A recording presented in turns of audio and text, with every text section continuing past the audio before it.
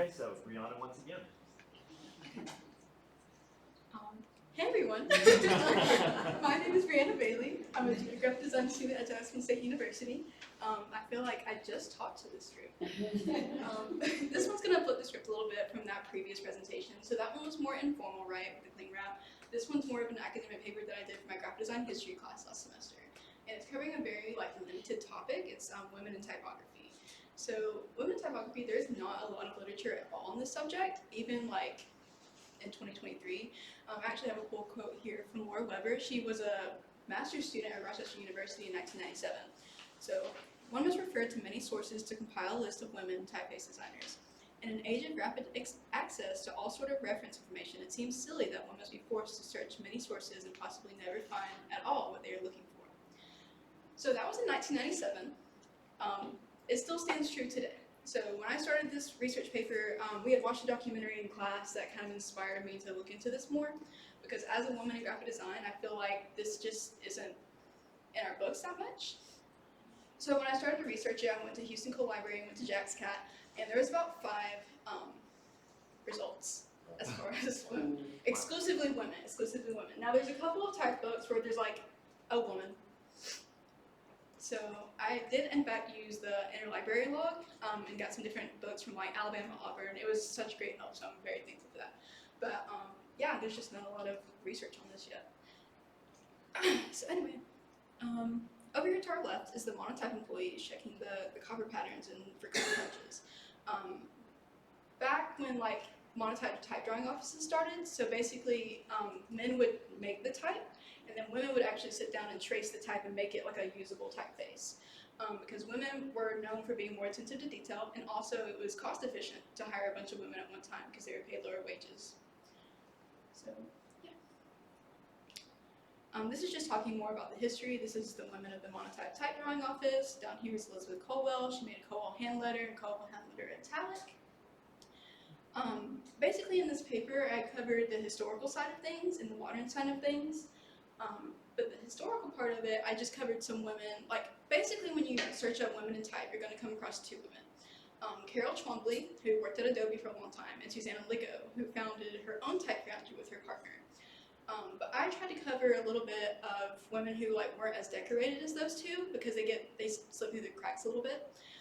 Because I had to go to I think 5 or 6 different books to compile this list, and I just wanted all of those to be found in one essay by itself.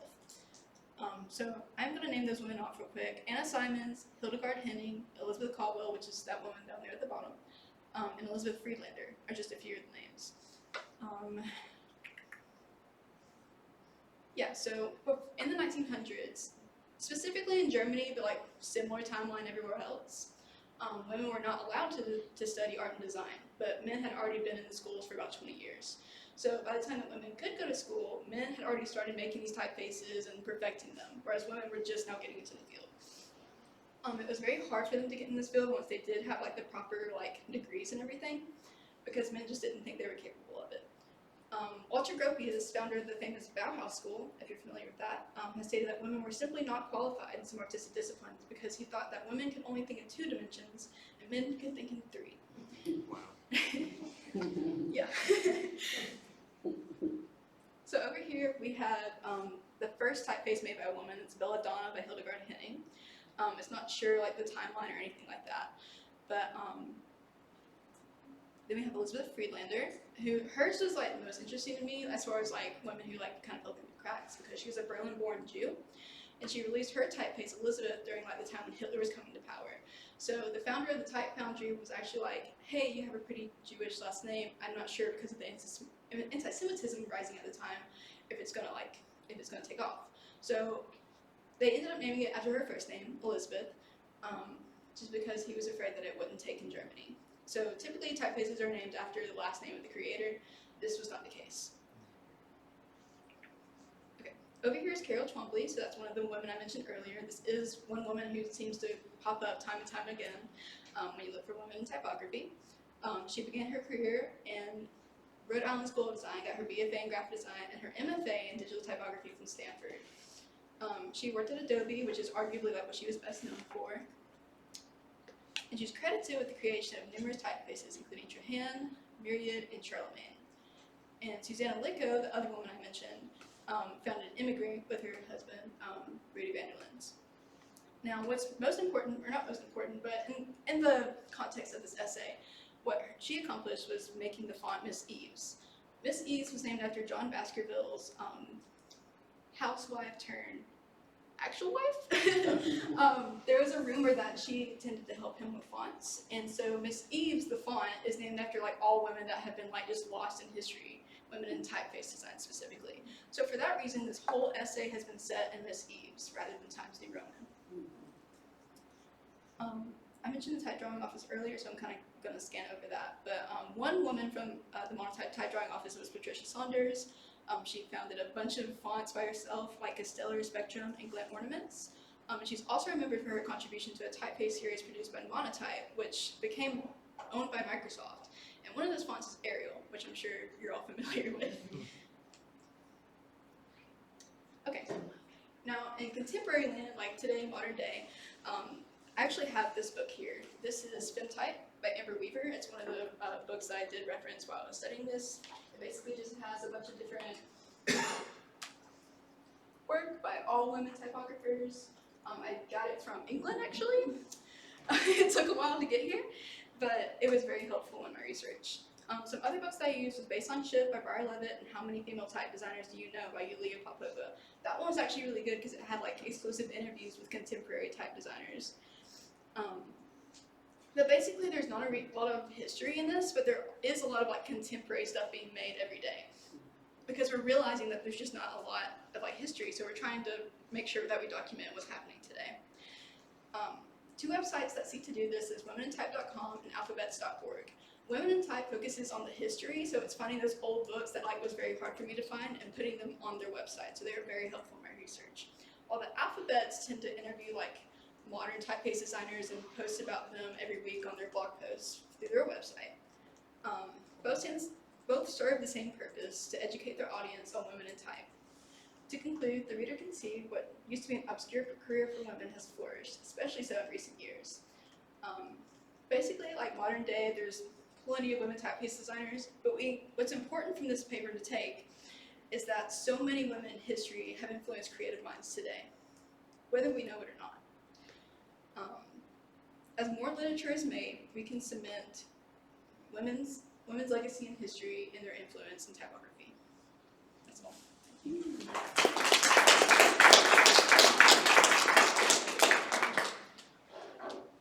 All right. Other questions for our speaker? Yeah, well, you couldn't see me because Oh, yeah. not your subject per se, but I guess maybe related. I don't know if this is something you're interested in, but the part where you said two-dimensional, three-dimensional thinking and stuff like that, it seems like that's common because weren't I think they were actually called computers back then. Women who would actually do the computing, wasn't that also a similar line of reasoning? In some sense, like men were better at thinking, but women could just do the running the numbers as it were. Yeah. So I'm just curious if that's something you're interested in. Like, is that sort of a motivation for like this? Computer Like, science? Or no, just in general, like the lack of recognition that women have gotten. Yes. Okay. Yeah. Short answer, yes. Yeah. Okay. Well, that's interesting. This lack of recognition of women is in every field. Well, yeah. So, do you know, Brianna, if there's a resource available, if somebody were really interested in being kind of like an activist and trying to use only fonts designed by women, is there a list somewhere that tells us the fonts so we can say, oh, these were designed by women, I want to use these? Yeah, so there's a couple different places. So that Alphabets website that I mentioned, they do talk often about women type designers that are, designing now. And Adobe fonts, you can search up fonts made by women. There's a whole list that I believe Ellen Lupton curated. I don't know if you're familiar with her, but she's big in the design field. But all of those on that list is made by women. But those are only Adobe fonts. Of course, there's like different type boundaries. But that would be where I would start. Thanks. Brianna, somewhat related, and what Stone was just mentioning there, what about AI fonts? I know Christian's in here now, but with AI fonts that are being generated, do you see that is it just enhancing what's already out there? Is it complementing, or is there replacement So AI is a rising topic for everything these days. I would say that nothing can replace the artist's hand. You could probably use it to complement it, but I don't think it's going to completely replace artists or designers.